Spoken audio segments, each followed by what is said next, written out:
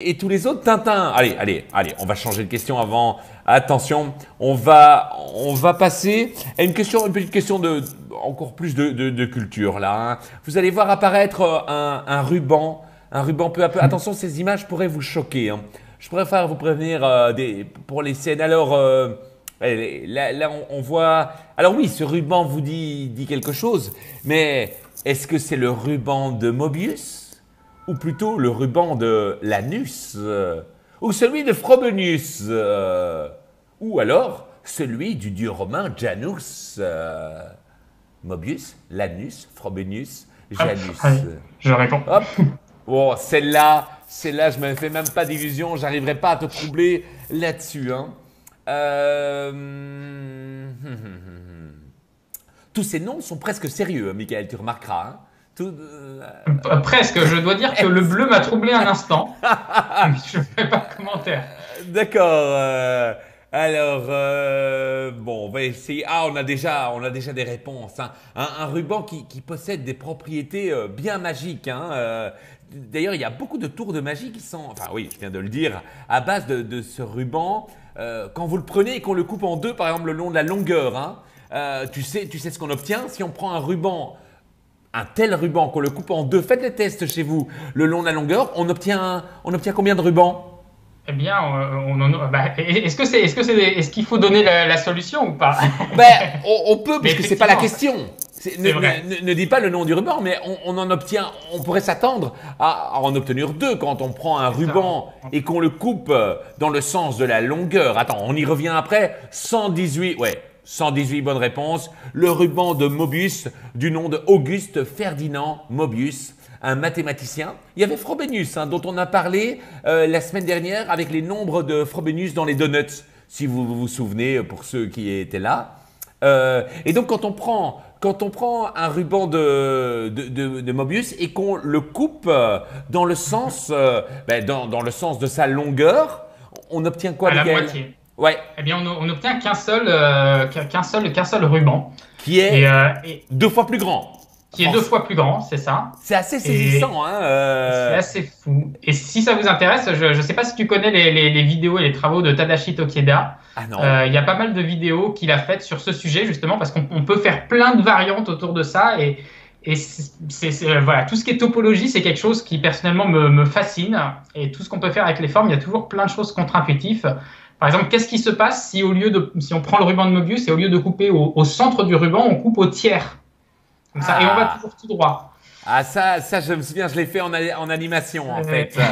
Exactement. Il y a des choses surprenantes qui se produisent et il y a plein de questions très intéressantes. Et à chaque fois qu'on se pose ce genre de questions, c'est bien, avant de le faire, avant de prendre les ciseaux, de se dire qu'est-ce que je pense qui va arriver. Et moi, personnellement, les premières fois où je fais ça, je me plante quasiment à tous les coups.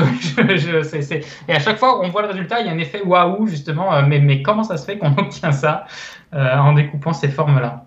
Eh bien, on aura l'occasion peut-être d'en reparler dans une prochaine vidéo, peut-être par la suite. Alors, attention, un petit topo sur le caout. Ouais, non, je ne m'attendais pas à de grands changements ici. Donc, on passe tout de suite à la question suivante. On reste dans la culture.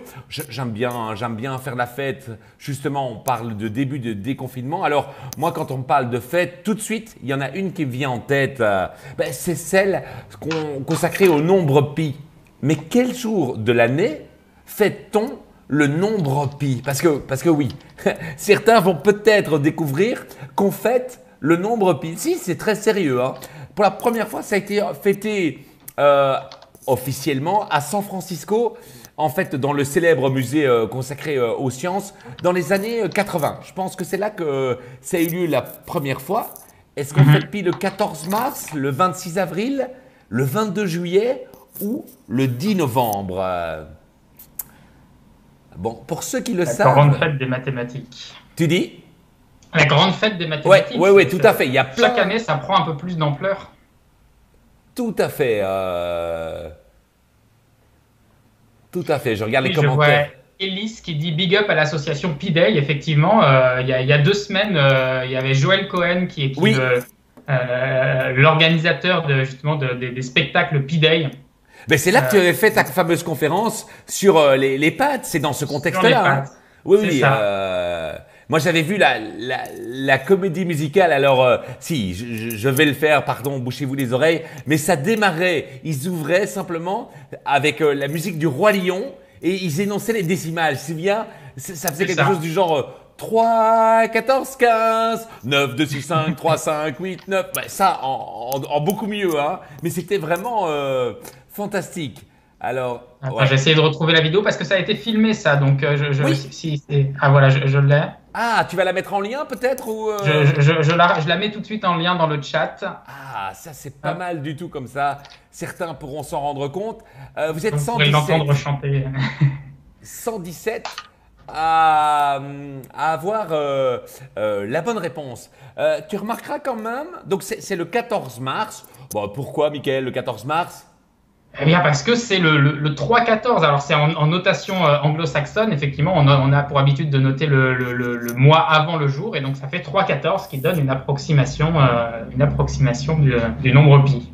Mais alors, tu remarqueras que les autres dates avaient peut-être du sens. Non, avaient du sens. Elles ne sont pas reconnues officiellement. Alors, il y en a qui vont te parler facilement. Laquelle, par exemple Alors, le 22 juillet, Ouais. effectivement, je crois que Olivier Longuet en a parlé dans le Ah ben voilà, dans je le le vois chat. dans le chat.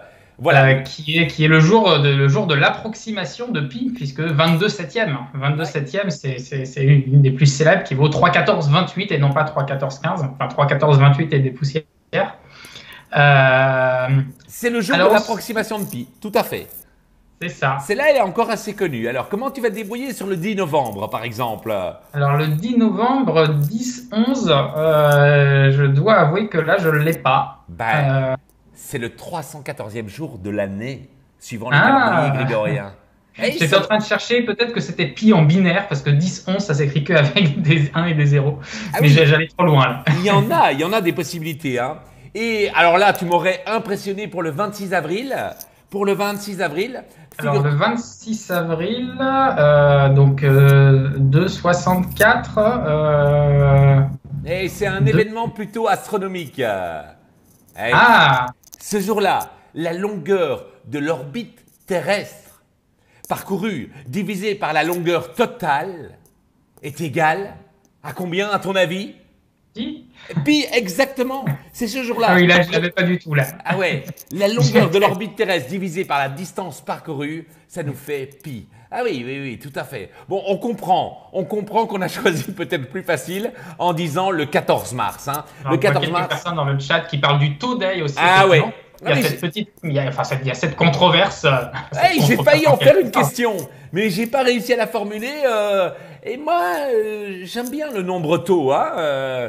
Alors, Nombre vas-y. de taux qui vaut 2 fois pi. Hein, donc, Tout à c'est fait. pas 3,14, c'est 6,28. Et la controverse, elle porte sur le fait qu'en fait, on s'est trompé, Mickaël. C'est bien ça, hein? Alors, on s'est trompé ou pas? Moi, j'aime bien pi. Je sais que il y a beaucoup d'arguments pour taux, mais moi, je suis quand même assez attaché à pi. Donc, je suis plutôt des partisans de pi pour ma part dans cette controverse. Alors, attends, permets-moi juste de m'expliquer quand je dis qu'on s'est Vas-y. trompé. Simplement, mais oui, il y a nombre de formules qui, en fait, utilisent 2pi, hein, bien entendu, comme la circonférence du cercle et un tas d'autres formules plus compliquées. Et donc, c'est quand même depuis une dizaine d'années, je pense, hein, qu'on remet en cause en se disant, et si en fait, en fondant la constante, enfin, en utilisant, en dénommant la constante pi, ben, on ne s'est pas trompé, on aurait plutôt définir la constante tau qui est 2pi. Ça aurait simplifié bien des formules. Et C'est ça. Ça en aurait enjolivé certaines. Hein.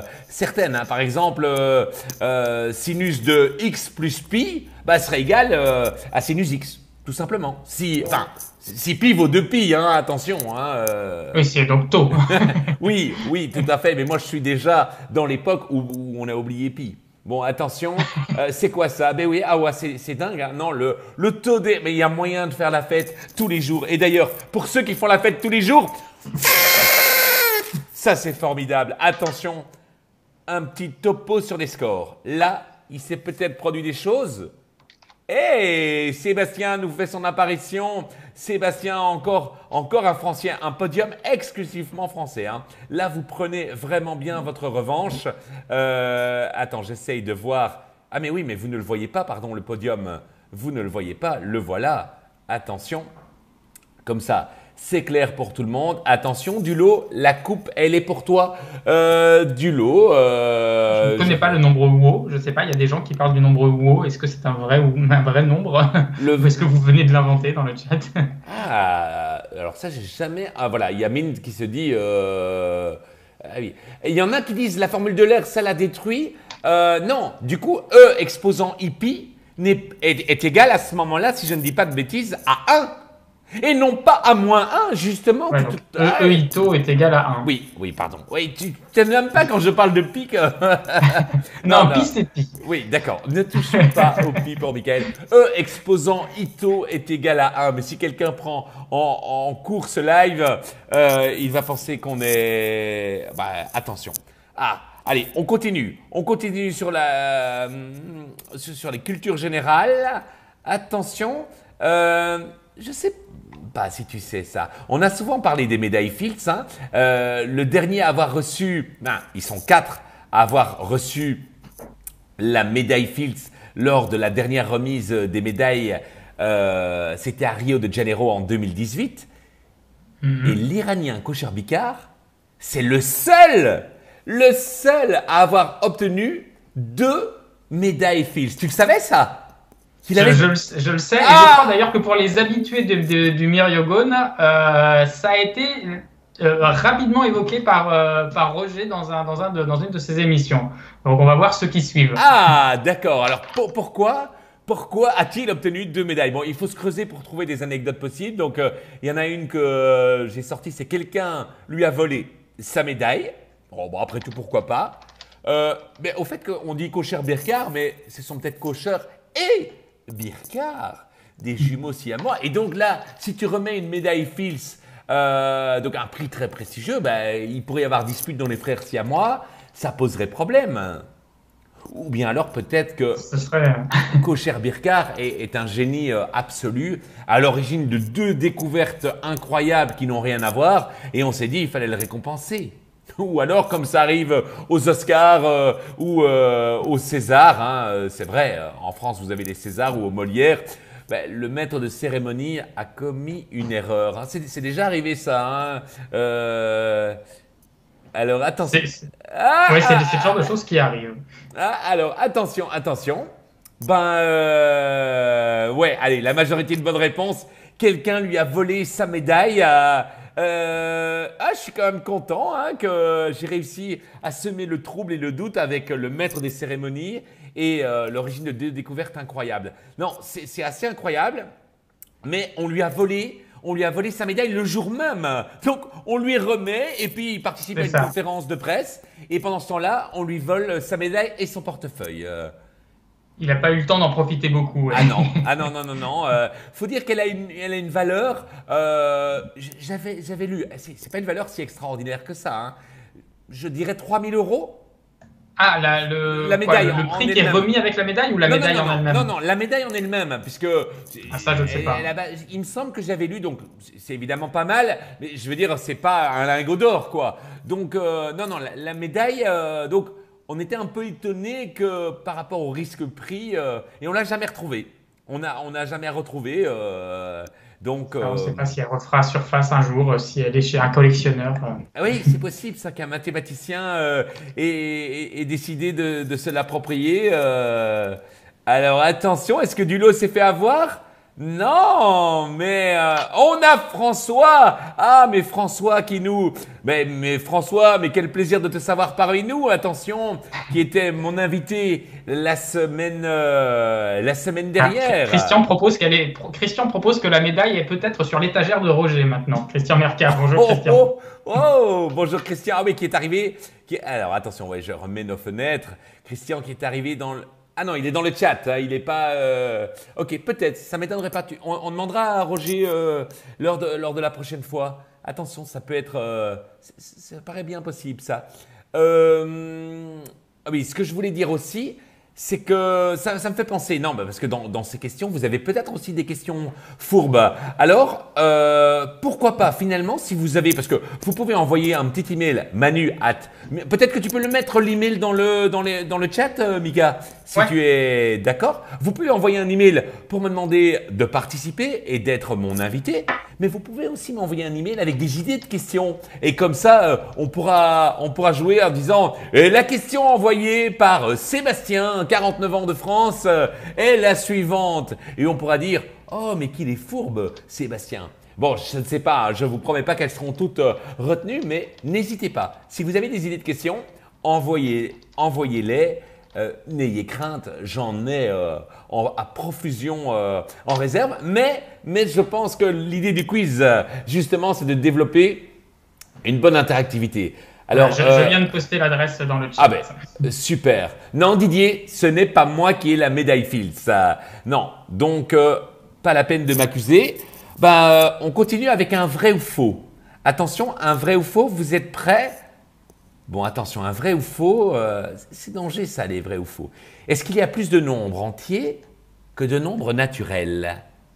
Attends, des nombres entiers, donc les nombres entiers, 0, 1, 2, 3, on les connaît, il y en a une infinité. Ah oui, pardon, et les nombres entiers, il y a aussi évidemment moins 1, moins 2, moins 3… Est-ce qu'ils sont plus nombreux que les nombres naturels? Donc, les entiers, c'est ceux qui sont positifs. Les naturels. Non, oui, tout à fait, j'ai posé la question. Parmi les entiers. Exactement. Oui, donc toi, tu sous-entends que les nombres naturels sont un sous-ensemble des nombres entiers. Je sous-entends rien, j'affirme. Après, vrai. Déduisez-en ce que vous voulez pour la question. C'est vrai, en termes ensemblistes, les nombres naturels sont bien une partie des nombres entiers. Donc ma question paraît évidente. Tout nombre naturel est entier, mais il existe des entiers qui ne sont pas naturels. C'est le problème des vrais ou faux. On se dit, oui, mais il a été faux. Oui, Alexis nous dit, il y en a une infinité, mais techniquement… certains ont vu l'arrivée de Cantor. Attention. On a 122 réponses. Je suis curieux de voir. Attention, je n'arrive pas à me joindre à la session. C'est tout simple. Trizik, tu te connectes sur kahoot.it et tu indiques le code PIN qui est juste en dessous. Donc 11 72 44 et tu pourras jouer avec nous. Vous êtes 79 à savoir ou à avoir deviné qu'effectivement, c'est faux. Il y en a autant. C'est incroyable ça, Michael. Hein?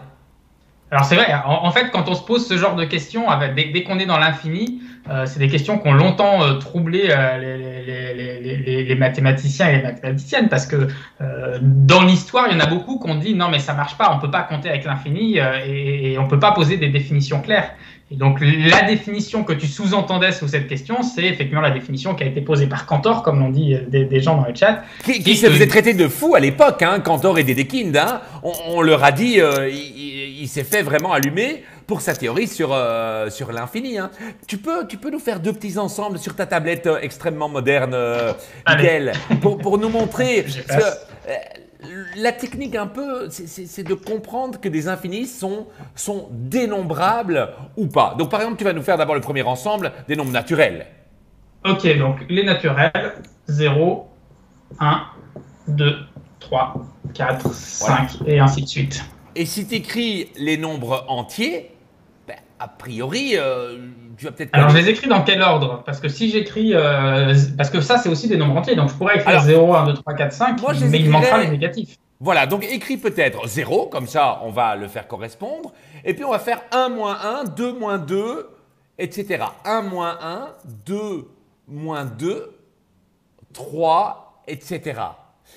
Et donc l'idée, c'est est-ce qu'il est possible d'associer chaque naturel à un entier? Si oui, on aura autant de naturels que d'entiers. Alors, bon, le 0 est associé au 0, tu peux nous faire une petite flèche. Le 1 est associé au 1. Et donc, le 2 va être associé, ici, d'après le choix qu'on a pris, mais qui est un choix arbitraire, le 2 va être associé au moins 1. C'est bien ça? Ouais. Et puis, Et puis on voit. Le 3 au 2, le 4 au moins 2, et ainsi de suite. Attends, si je te donne, tu peux aller mettre là-bas, par exemple, le nombre 10. Le nombre 10. Tu peux écrire 10 dans l'ensemble naturel. Voilà, écrit très loin, là. Donc voilà, ouais, alors il continue de 10. Est-ce que 10 va être associé à un nombre entier? Alors, je dirais que oui. Alors, comment on peut trouver ça? Alors, je regarde. Ouais, on va trouver le lien. Je dirais que c'est moins 5. C'est moins 5, je dirais ça aussi. 10 va être associé à moins 5. Donc, pour chaque nombre… En fait, les nombres pairs sont associés au négatif de leur moitié. Toujours compliqué, si je comprends la logique. Toujours compliqué. Tiens, si tu as envie de t'amuser, et va un peu plus loin, si dans les nombres entiers, je te donne 12, alors par exemple, donc sur la même ligne que moins 5. Non, non, on change de ligne, justement. Si je te donne… Ben oui, parce que à chaque naturel correspond à un nombre entier. Est-ce que forcément à chaque entier doit correspondre à un naturel? Si on donne 12, ça va correspondre à quel entier? Ben oui, à 23. ça va correspondre à 23. Et donc en fait, on peut faire ce qu'on appelle une bijection totale entre chacun des nombres naturels et chacun des nombres entiers. Et donc, il y a autant de nombres entiers que de nombres naturels. Non mais, on comprend que Cantor et Dedekind ont quand même été considérés comme des fous. Hein. Bon, je te laisse meubler. Et encore, on n'est qu'au début, hein, parce que c'est… Ah, ça y est, il est parti. Eh bien, je meuble alors. Et oui, effectivement, ce n'est que le début, parce que là, effectivement, les entiers naturels, les entiers relatifs, etc., encore… Ça peut se comprendre assez rapidement. Là, on peut faire un petit schéma et l'avoir. Mais voilà, Cantor et les quelques autres qui l'ont suivi ont créé toute une théorie autour de ça. Et on peut se poser la même question avec les nombres réels, avec les nombres rationnels. Justement, Michael, je ne vais pas m'arrêter. Tu me connais maintenant, je ne vais pas m'arrêter en si bon chemin. Alors, on fera un petit topo sur les scores, mais ça n'a pas l'air d'avoir changé grand-chose. Mais du coup, j'ai une autre question. Il y a plus de nombres rationnels. Donc, les nombres rationnels, c'est tous ceux qui peuvent s'écrire sous forme de fractions que de nombres naturels. C'est toujours un vrai ou faux. Hein. Donc, moi, je ne sais pas. Je vous demande, je vous propose, est-ce qu'il y a plus de nombres rationnels que de nombres naturels? Bon, parce que, oui, on a vu avec les entiers, ok, mais les fractions, il y en a quand même… il y en a quand même un paquet, les fractions. C'est-à-dire qu'on a le choix à la fois pour le numérateur et pour le dénominateur. Ouais, tout à fait. Là, j'ai laissé du temps. J'ai laissé du temps pour répondre. Alors, moi, on dit que les matheux sont des gens distraits. Je pense que pour toi, ils le savent déjà. Et moi, je me rends compte que le PC sur lequel je lis le chat, c'est formidable parce que j'avais bien pensé à le mettre sous forme de sur le courant pour ne pas tomber en panne de batterie, mais j'ai oublié de brancher la prise. Donc là, j'ai perdu. Voilà, tout à fait. Donc je vais essayer de récupérer le chat parce que j'aime bien vous lire moi et savoir. Alors, attention. Ah, ça y est, je récupère le chat. Alors, attention, là, on a 120 réponses. Bon, attention, c'est plus partagé, là. C'est plus partagé, hein. C'est toujours aussi faux. J'ai osé faire 2 fois faux, en fait, hein. Il y a plus de nombres rationnels que de nombres naturels. Je comprends, certains se sont dit, là, on va pas se faire avoir. C'est un peu plus compliqué, ça. Hein, c'est pareil, c'est toujours l'idée de la numérotation. Alors, est-ce que je ressors l'ardoise? Ah, allez, vas-y, je sais que t'aimes ça. Alors, on ressort l'ardoise. En fait, c'est toujours l'idée de… Alors, certains ont sorti le mot dans le chat de bijection, c'est-à-dire que pour pouvoir affirmer que 2 ensembles ont autant d'éléments, il faut pouvoir faire une bijection entre les deux, c'est-à-dire pouvoir les marier 2 à 2, de façon à ce que chaque élément de l'ensemble 1 corresponde à un élément de l'ensemble 2 et vice-versa, de façon unique. Et donc, ce qu'on pourrait faire, c'est mettre toutes les fractions sous forme de tableau, par exemple. Alors, il y a plusieurs façons de le faire, hein, mais j'en fais une. De dire que là, le numérateur, il peut valoir 1, 2, 3, 4, 5, etc. Le dénominateur peut valoir 1, 2, 3, 4, 5, etc. Et donc là, par exemple, on a 1 sur 1. Ici, on a dit, alors j'ai dit quoi, le numérateur ici, donc 2 sur 1, 3 sur 1, 4 sur 1, et puis ici, on a 1 sur 2, 2 sur 2, 3 sur 2, etc. Et puis, mais ça n'a l'air de rien, Mickaël, comme toujours en mathématiques. Alors, pardon, je t'entends plus, j'ai perdu, je perds mes écouteurs en écrivant en même temps. Je dis, ça n'a l'air de rien, cette technique-là, mais cette manière d'avoir pensé à écrire les fractions de cette façon, c'est quand même redoutable. Hein. Moi, la première fois que j'ai vu ça, c'est comme tous les théorèmes. Une fois qu'on les énonce, on se dit, bah oui, c'est simple, mais il fallait quand même penser à pouvoir écrire les fractions sous cette forme pour pouvoir les dénombrer. Et donc là, une fois qu'on a ça, alors il faut faire attention quand même maintenant, une fois qu'on les dénombre, parce que imaginons qu'on les dénombre en disant celui-ci c'est le premier, puis deuxième, puis troisième, puis quatrième, puis cinquième. On va aller au bout de la ligne et on n'aura jamais numéroté les lignes suivantes. Oui, parce que la ligne est infinie. On va aller à l'infini sur cette ligne. Bien sûr. Donc une certaine idée, c'est de dire que celui-ci c'est le numéro 1. Donc là, on va commencer par faire, hop, je vais changer de couleur. Là. En fait, on va lire en diagonale. On va lire comme ça, puis comme ça, puis comme ça. Donc ça, c'est le numéro 1. Puis après, ça, c'est le numéro 2 et le numéro 3, le numéro 4, le numéro 5, le numéro 6. Alors presque, parce que pas tout à fait. Je vais pas y arriver, je perds mes écouteurs. Oui. Non, mais je pense qu'on a compris. C'est très technique. Hein. On a compris l'idée. Vous pourrez. Alors, il faut juste faire attention à pas en compter en double, parce que par exemple, là, le 1 sur 1 et le 2 sur 2, c'est le même. Donc en fait, il faut le sauter. Mais enfin, voilà. Et puis après, il faut faire attention, parce qu'on pourrait aussi compter les fractions négatives. Parce que tu as dit tous les rationnels. Ah oui. Mais grosso modo, avec cette idée-là, on a déjà donné à la question précédente, on renvoie à la question précédente pour intégrer les nombres négatifs. Alors, pour ceux qui se demandent, tiens, si la prochaine question est un vrai ou faux sur les nombres réels, j'y réponds de suite, non, je ne l'ai pas refait, mais par contre, l'infini dans les nombres réels, lui, est un infini de forces différentes. Justement, on dit que les naturels, les entiers, les rationnels sont des infinis dénombrables, tandis que l'ensemble des réels est un infini indénombrable. Et c'est une fameuse différence. Ah, tu voulais rajouter ? Si ça vous intéresse, allez voir effectivement, vous pouvez chercher sur Internet l'argument, ça s'appelle l'argument de la diagonale de Cantor, et c'est une démonstration qui est absolument fabuleuse. Ah oui, ça c'est extraordinaire. Donc, attention, là, petit topo sur les scores. Et attention, on a Mistigris qui fait son apparition, Mistigris 12 ans, mais ça c'est extraordinaire Mistigris, je te salue, attention, ah regarde j'ai fait du suspense, on ne sait pas qui est premier, allez attention, Mistigris je te salue, 12 ans, ça c'est formidable, quel plaisir de te savoir, on a l'énigmatique MV, qui est là parmi nous aujourd'hui, un mouchoir de poche. Hein. On a François qui est de nouveau sur le podium et qui a peut-être envie d'être de nouveau invité dans le Myriogo. On a Père et fille qui se maintiennent à la deuxième place depuis déjà un long moment. Et on a Dulot, qui est à 26 points, donc autant dire rien du tout. Mika, toi, tu te situes où là pour le moment ? Eh ben là, moi, je suis juste derrière. Il manque une ligne pour qu'on me voie. Ah, c'est pas vrai. Position. Tu es juste derrière Mistigris. Je suis 22 points derrière Mistigris, me dit mon écran. Ah, alors attention.